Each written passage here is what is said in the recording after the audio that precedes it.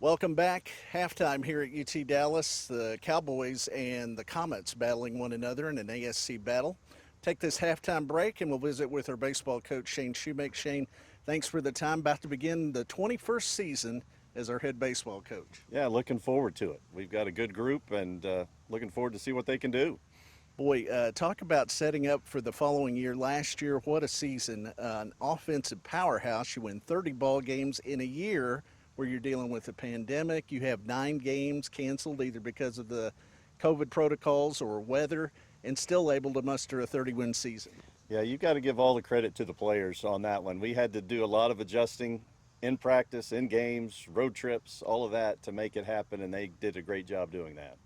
So let's talk a little bit about this year's ball club. You really, well, I tell you what, let's go back to Minnesota, Collegeville. We win the first game of the year against the 2019 defending champion Chapman. And I think the lessons learned from those 3 games played is, hey, this is doable. This is something that we can achieve. Yeah, I hope that's what the players got from that. Was we were really close to doing some good things in that tournament, and a couple of hits here and there would have really made the difference. And so hopefully they realize how close they are and what they could accomplish. Stacked is an understatement. This team is loaded from top to bottom. You have 8 players back that hit over 300 last year. You hit 323 as a team, 56 home runs. It's really impressive to see the offense that returns. Let's start with the outfield, and let's begin it at left with A.J. Liu. Well, A.J. Liu's one of the better players we've ever had at UTD. You can look at his awards he's won and just the stats he's put up over the years, and we're really fortunate to have him back. Almost a 400 hitter, hit 385 last year. He had 24 extra base hits. He was the all-tournament pick in the conference and both the NCAA tournaments, and he'll be back for another year. Jacob Perry, he won the Gold Glove. He did. That's hard to do, and that just tells you how good he really is. And even offensively, he had a great year. Leadoff hitter, steals a lot of bases, just disrupts the defense like nobody I've seen. And then obviously on the defensive side, as good as anybody we've ever had. He hit 384, in case you're wondering. He had 22 extra base hits, and he had a school record tying 5 hits against Louisiana College last year. Let's talk about the rest of the outfield. Marcus Villegas is the guy that came in last year, won a spot for us, and really solidified our right field for us. And those 3 guys are going to probably be manning the outfield again this year. So we're looking forward to having all 3 of those guys back. He's on a 12-game hit streak. He hit in his last 12 games last year. How about the infield? Let's start at third and work our way around. Zach Vorst played third base for us, got hurt at the end of the year, and Daniel Zamora filled in really, really well at third base for us, and offensively and defensively did a great job there. And then shortstop, we had a couple of guys, Nick Bali, Keegan Vance, that played really well for us.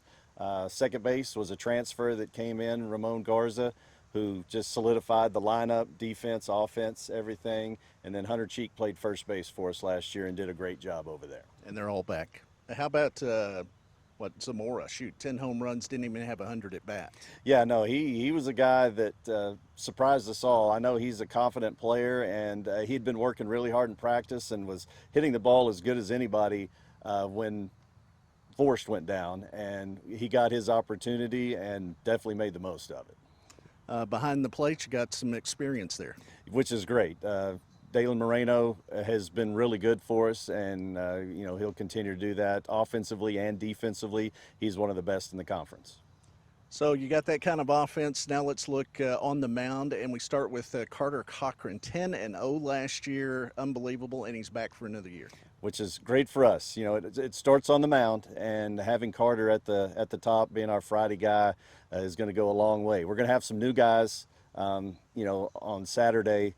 But we've got a lot of good talent that has come in, so looking forward to see what those guys can do. But really having Carter at the top, showing those young guys how to do it, is great for us. The bullpen, I know Ben Sewell came in kind of in an emergency situation, but really did a good job there the last half of conference. He definitely did that. He saved us, really. I mean, at the end of the day, we had some injuries in the bullpen and needed him to come in and do a good job, and he really did. And, we had some young guys out there, too. Orion Dryman did a really good job, ended up getting hurt at the end of the year for us, which really hurt us in the regional. But there's some depth out there, and we're looking forward to seeing what they can do. Talk about some of the new faces that we may see on Friday, Saturday. Well, we've got a couple of arms. Don't sure who they're going to be yet, but we've got some freshmen that have come in that have impressed us this fall, and waiting to see kind of what they do over Christmas and get back in the spring and see where they are. But we're excited about where our pitching is. I think we're going to be deeper than we've ever been on the mound, and so looking forward to that.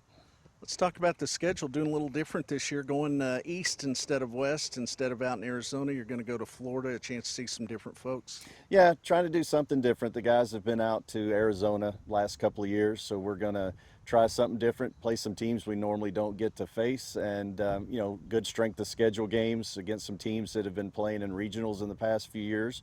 So looking forward to that trip as well. Texas Lutheran comes to the field. That's a big get for you. Oh, absolutely, and we'll play them at home this year, and then we'll go to their place next year. But a quality team like that early in the season is really good for us. Helps strength the schedule, but it also gets our team ready just to get through a conference schedule. Reminder, everybody, shopcomets.com. Get your ball cap, get a jersey, get some things before you come out to the field in February. Open up against Texas Lutheran. Coach Shewmake, thanks for the time. We appreciate it, and good luck this year. Thank you very much. That's the halftime visit with head coach Shane Shewmake. When we come back, second half between Hardin Simmons and UT Dallas.